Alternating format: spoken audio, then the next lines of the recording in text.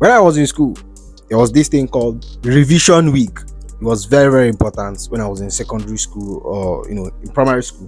I don't know. Most of you, as most of you know, I'm Nigerian and I live in Nigeria. So we have this revision week often, when we go to school. There is a period, especially when it's time for exams. But in this video, this is not about my school. In this video, it's a revision for Chelsea. You get me? These are the top 5 things I think I noticed, or things I think we should improve on. You get me? Well, you get me? So first of all, I would love you all to go in, to go in step by step with me and tell me your thoughts in all of them. And without wasting further time, let's get straight into it. And that is Moisés Caicedo. One thing I noticed this season is that Moisés Caicedo is more important player than Cole Palmer. You get me? I think Moisés Caicedo is more important to Chelsea than Cole Palmer. A lot of people might disagree with this point. Obviously, Cole Palmer is currently Chelsea highest goal scorer. When it comes to goal assists, I think it's like around 18 goals and assists this season. I'm not really sure of the figure on Cole Palmer. Actually, you get me? But I think Moisés Caicedo is heart of our team. I think our team can survive currently without Palmer. I think we could go to matches and win matches without Palmer. I think Joao Felix can come in there and do a very, very good job, even though he hasn't given chances. But he has the skill sets to play like a Palmer. He's very, very creative. You get me?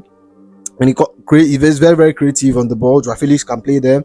Who else? Just be all can play there. We have some players who could, even Nkunku. You get me? Even as much as I don't agree, he's good at in a striker. I think he can play there as well. But Moisés Caicedo is irreplaceable. He's like no one can replace him in that team. You can't say Romeo Lavia can be relied upon. And even if Romeo Lavia can be relied upon, like he's different. Moisés Caicedo goes into any team in the world and makes the starting 11. You get me? Apart from Manchester City, obviously, Rodri is world class. But currently, he goes into any team in the world and starts for them. He goes into Liverpool, starting 11, he starts for them. He goes into Manchester United, doesn't even have a player. He starts for them. He goes into Madrid, starts for them. Goes into Barcelona, starts for them. So he can go into any team in the world and start for them. But with Cole Palmer, I think we could have, I'm not saying he's not important. I'm not really saying he's not important.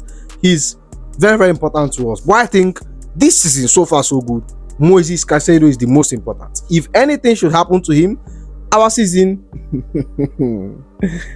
is done.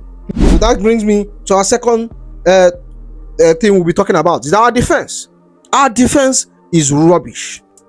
And I don't even want to, I'm trying to hold myself not to get angry and not to get emotional talking about our defense, because that defense combined with the goalkeeper, like I said, I need changes there. I need bodies.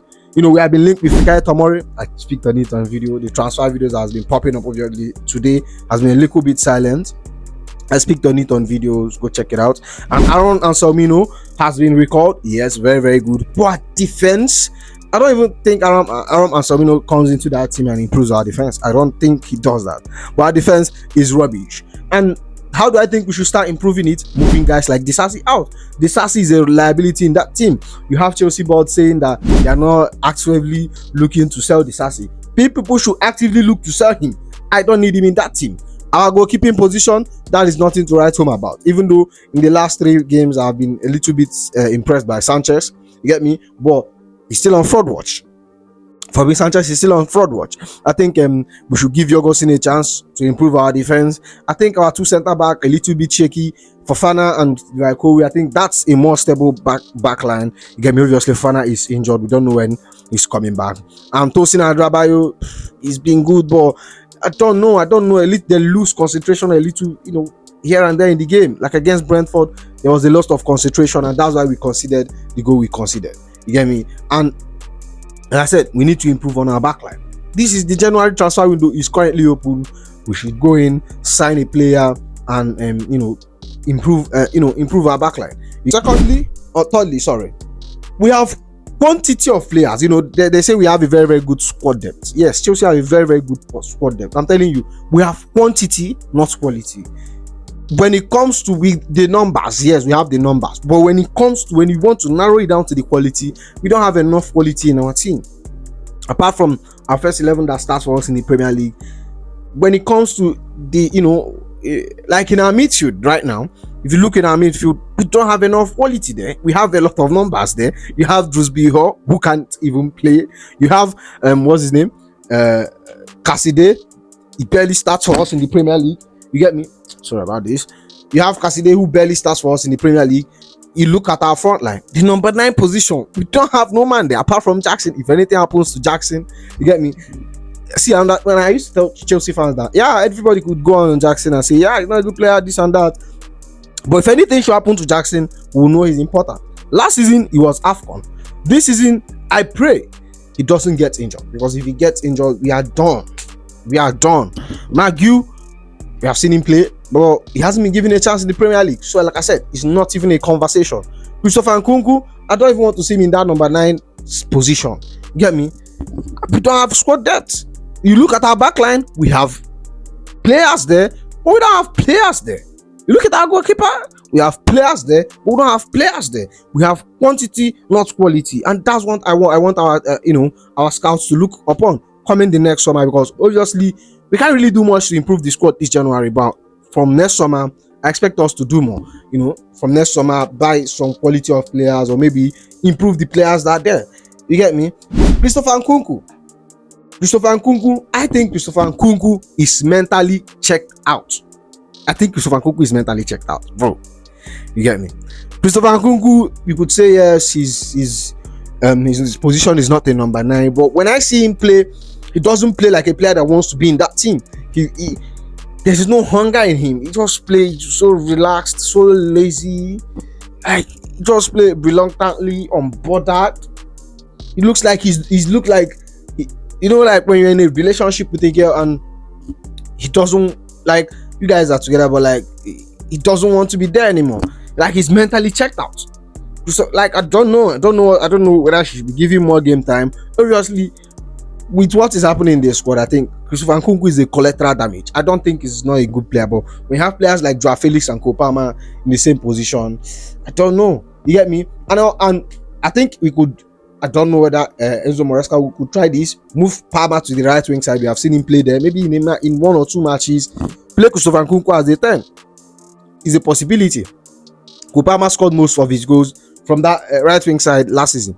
But now you have to talk about, we have Pedro Neto and Noni Madueke, which I think I will discuss both of them in a separate video. I don't want to include it on this one. You get me? But I think what was I even talking? Nkunku, yes. I think Nkunku is mentally checked out in that team. You get me? I don't know. Maybe he should move on. And the last but the final one, not the final one though, because I think I have a bonus. Like I said, it's 5, but I have a bonus. The last but the final one is a striker. In as much as Nicholas Jackson has improved, I think we still need to get a striker. And I'm seeing links of Leon Delap, Evan Ferguson. I think those are good strikers, but I would prefer a killer, a more proven striker. Not to come and bench Jackson, but like to make it a competition. A different profile of player from Jackson. Like I said, my most favorable we could get is Victor Osimhen. He's a different player from Jackson. He's very good aerially. He could run into, he has this area presence when he's in the box, which Jackson doesn't command. And I'm not even trying to slag off Jackson, because I know he has a lot of qualities that Osimhen doesn't have, like his ball control. I think he has a better link-up play than Victor Osimhen, actually, in my opinion. He has a better link-up play than Victor Osimhen. But I'm not even trying to compare. But when we have this type of striker, it complements each other. Leon Delap, yes. But like, Leon Delap is just doing it for 1 season. Last season, it was Evan Ferguson. Where is Evan Ferguson now? Since he was dropped, it's just a downward spiral from there. Like, last season, there are talks of Evan Ferguson being up for 100 million. If you want to sign, you have to pay 100 million. Where is he right now? And some might say Victor Gyökeres. I see Victor Gyökeres is good, but like, that's the Portugal league. His coach is struggling in the at Manchester United in Premier League. Like, it's a different league, and I'm not saying he has played in the Premier League. He was at Brighton. I think he started only 1 match. He moved to Championship, did well there, then moved to Porto. I still doubt if he could replicate. I'm not saying he can't, but I have doubts in me if he could replicate the same thing. Or maybe because I haven't watched him a lot of time. I'm so confident in Victor Osimhen because I've seen him do things again and again. Do it for my country, Nigeria. Like, he plays when Osimhen, when Nigeria plays without Osimhen, like if someone like Lookman doesn't turn up, we are done. And when it comes to pressing, he presses, he marks the ball. Like, that guy is a beast. Osimhen is a beast. I've seen strikers all around Europe, but like, bro, that guy, his strength level, like, he was drug tested during AFCON. He was called in for drug test after, I don't have forgotten which match, but he was called in to come and have drug test. He was playing with an injury, and bro, he was limping every match. And that's why I think it's best fit. But the directors knows what's best. And 6-1, which is the bonus. I think what we should do this January is recall Andre Santos. You get me? This wasn't planned for this video, but recall Andre Santos. Our midfield is looking light right now. Romeo Lavia is reportedly back, but it's not him being back, it's when he's going to go back. You get me? And we need a player that could dress Moisés Caicedo. Like I said, he's our most important player this season, and if anything happens to him, we are done. So I would love the club to recall Andre Santos. We just have to see how that is going to be. Obviously, definitely next season he's staying at the team, but we'll have to look within the January and see what happens. I think the club might recall Santos if someone like Ugochukwu or someone like Cassidy or someone like what's his name again? Drewsby Hall, which there have been links about him moving. Yeah, but yeah, so this is my season review or revision. Yes, so just tell me your thoughts. Tell me what you don't agree on, or something I didn't talk about. Tell me your thoughts, and that's all for now. And I'll see you in the next one. Go be.